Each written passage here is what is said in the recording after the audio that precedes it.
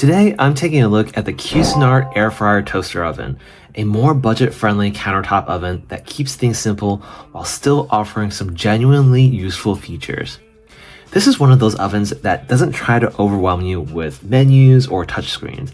Instead, it sticks with classic manual turn dials, which honestly can be a plus if you just want to cook without thinking too hard about it. This oven offers 8 different cooking modes, and it comes with 4 accessories right out of the box. You get the reversible grill and griddle plate, the baking and drip pan, the air fry basket, and the oven rack.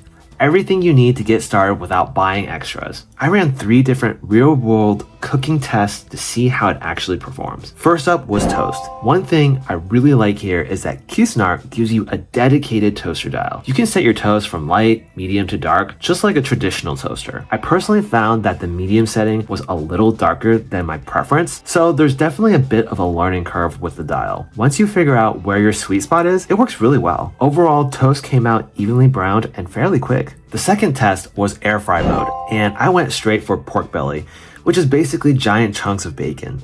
And honestly, it turned out pretty well.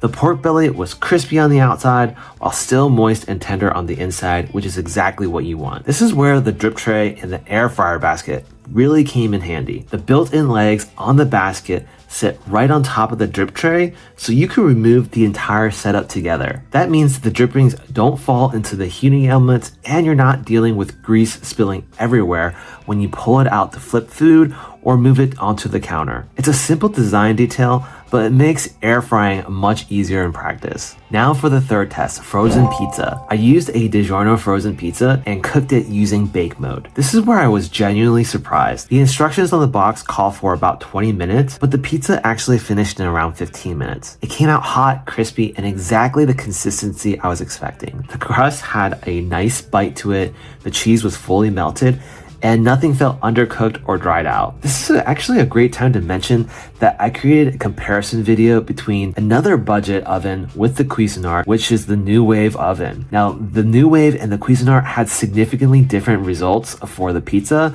so click on this card right over here if you want to check it out and learn more. Now, back to the Cuisinart. Overall, pizza performance here was better than I expected, especially considering this is a more budget-friendly oven. Now, one thing to keep in mind here with all of these accessories, they are hand wash recommended. That's pretty common for this category, but it's worth knowing going in. So overall, this oven feels like a solid option for someone who wants versatility without complexity. You get multiple cooking modes, thoughtful accessories, and straightforward controls, all while keeping things approachable and easy to use. If you're interested in picking up the Cuisinart air fryer toaster oven, I'll have links in the description below.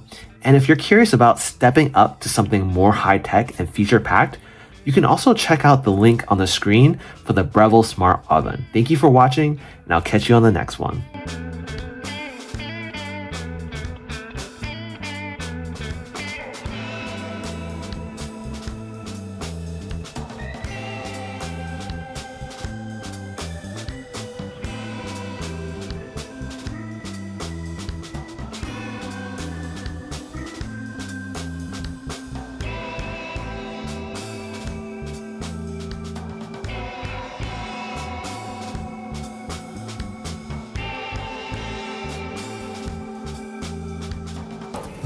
It's very crispy on the crust.